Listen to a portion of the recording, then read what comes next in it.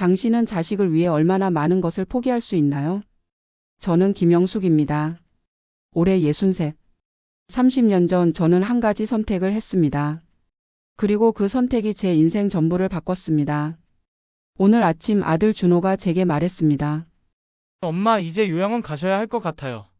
제 커리어를 위해서라도. 35살 아들의 입에서 나온 말이었습니다. 제가 30년 동안 키운 아들. 아니, 제가 30년 동안 키웠다고 믿었던 아들. 하지만 여러분, 지금부터 들려드릴 이야기는 충격적입니다. 한 달 뒤 저는 알게 됩니다.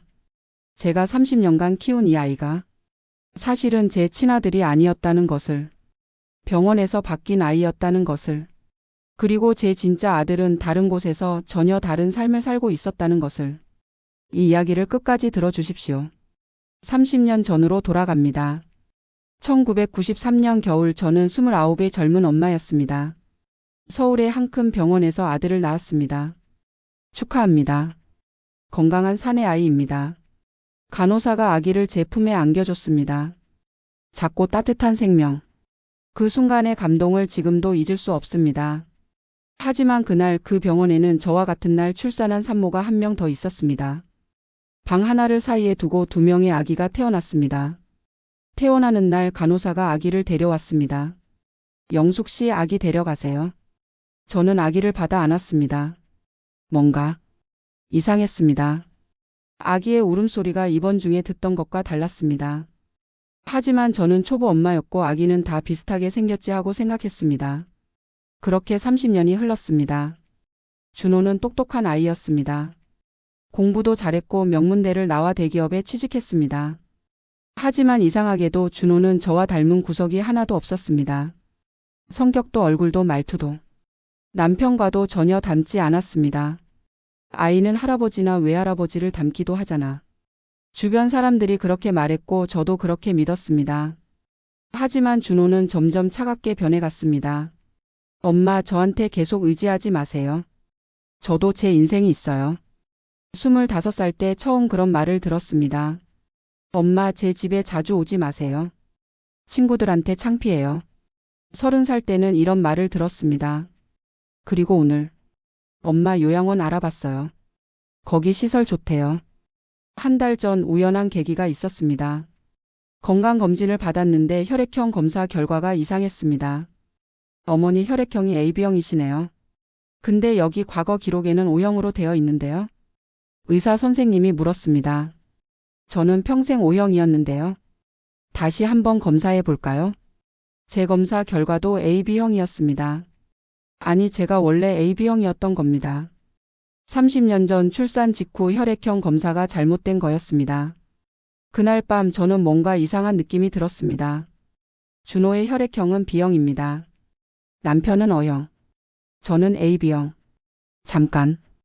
AB형과 O형 사이에서 B형이 나올 수 있나? 인터넷을 검색했습니다. 유전 법칙에 대해 찾아봤습니다. 불가능했습니다. 다음 날 저는 준호에게 혈액형 이야기를 꺼냈습니다. 준호야, 엄마가 혈액형 검사를 다시 받았는데. 엄마, 바쁜데 나중에 얘기해요. 준호는 관심이 없었습니다. 저는 혼자 더 깊이 파고들었습니다. 30년 전 출산 기록을 찾아봤습니다. 그날 같은 병원에서 출산한 사람들의 명단을 알아봤습니다. 그리고 찾았습니다. 같은 날 같은 시간대에 출산한 또 다른 산모. 이름은 정미란. 주소는 부산. 심장이 두근거렸습니다. 저는 부산으로 내려갔습니다. 정미란 씨의 집 앞에 섰습니다. 작지만 깔끔한 2층 주택이었습니다. 초인종을 눌렀습니다. 누구세요? 문이 열렸습니다. 저와 비슷한 나이의 여성이 나왔습니다. 혹시 정미란 씨세요? 네, 그런데요. 저는 떨리는 목소리로 말했습니다.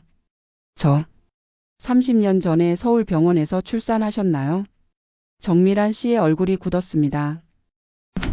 어떻게 아세요? 저도 그날 같은 병원에서 아들을 낳았습니다. 순간 정미란 씨의 눈에 눈물이 맺혔습니다. 들어오세요. 거실에 마주 앉았습니다. 정미란 씨가 먼저 입을 열었습니다. 사실 저도 오래전부터 의심했어요. 제 아들 민준이가 저랑 너무 안 닮았거든요. 그녀가 사진 한 장을 꺼냈습니다. 35쯤 돼 보이는 남자의 사진이었습니다. 순간 저는 숨이 멎는 것 같았습니다. 그 남자는 젊은 시절에 제 남편을 빼닮았습니다.